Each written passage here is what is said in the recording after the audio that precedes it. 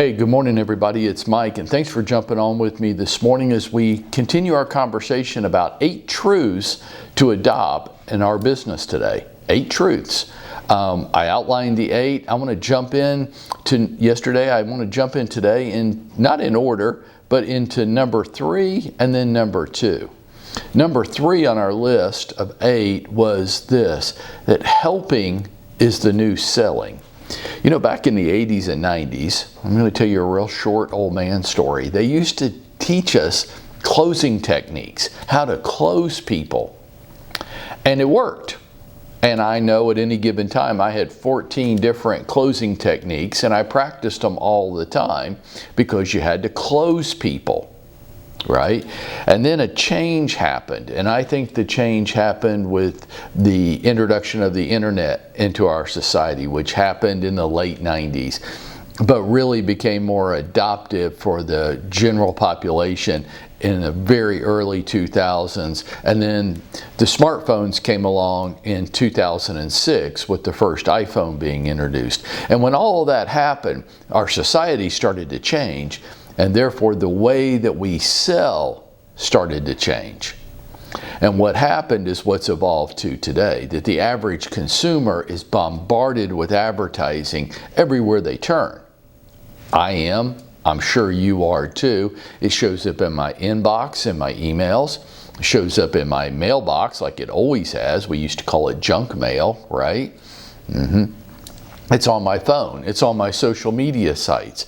It's everywhere I go.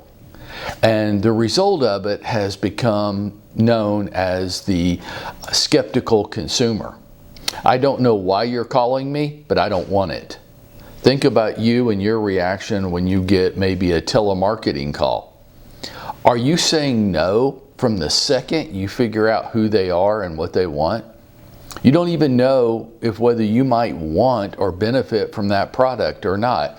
You don't want it. You don't want to hear it. Watch our behavior in other ways. We walk into, let's say we go to the mall. Okay, I know we shop a lot online now, but just play along with me here. You go into a store and the salesperson walks up to you and says, "Hi, my name is Mike. Can I help you?" And your immediate response is what? That's right. No, I'm just looking.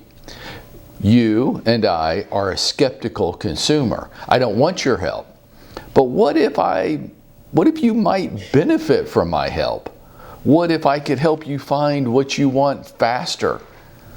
What if I could help you with your home, sell your home for more money in less time? What if I could? You don't even want to hear. I don't even want to hear it. You don't have to say another word. I'm not interested. Goodbye. The salesperson says, "Can I help you?" "No, I'm just looking." We have become so skeptical. And the reason is really a very valid reason. I don't know if we become more negative. I think we're just a lot more on guard because we're bombarded with advertising from every angle these days.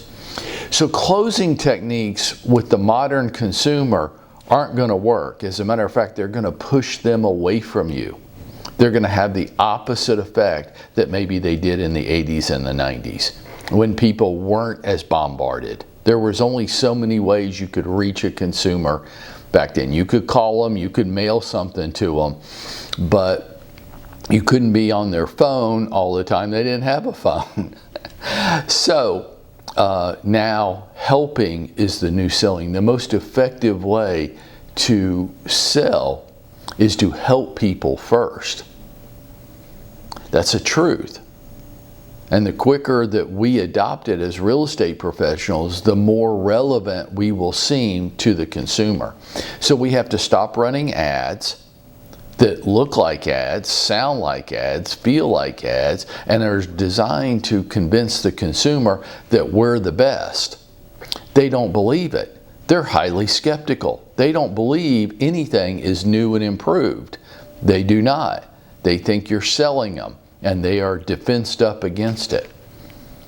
So why are we continuing to do that? Instead, why don't we shift our messaging into more of a helping dynamic instead of a salesy dynamic?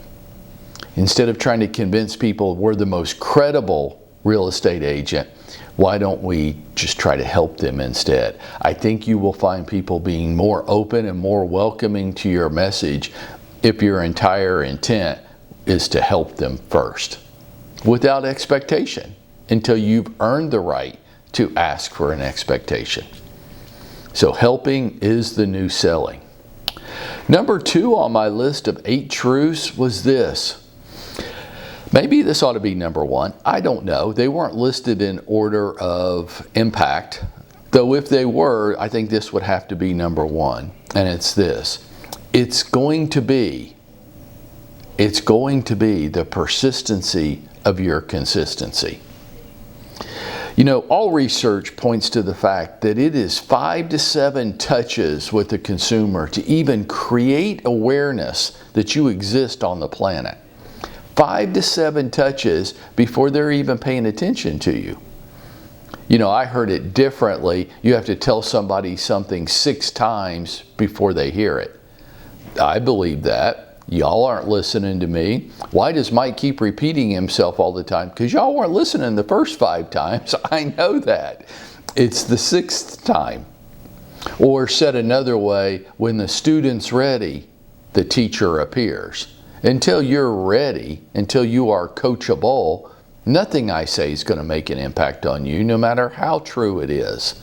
Until you are ready, until you become coachable.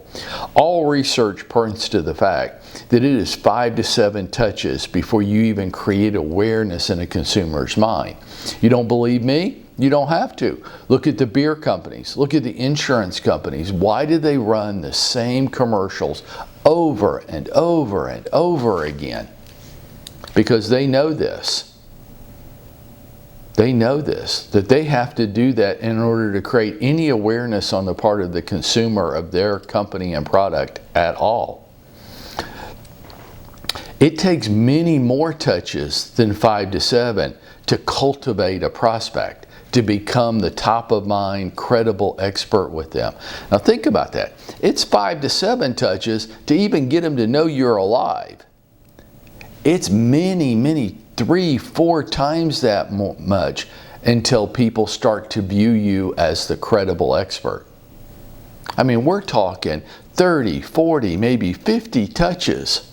It is a process, folks. It's a campaign. And that's why success in this business is determined by the persistency of your consistency. Not how motivated you woke up and felt today. Well, I'm in a good mood. It's not raining today. The sun's supposed to be out. It's a holiday week. I'm pumped up. I'm happy. Yeah, every day. Can you get yourself to take action every day?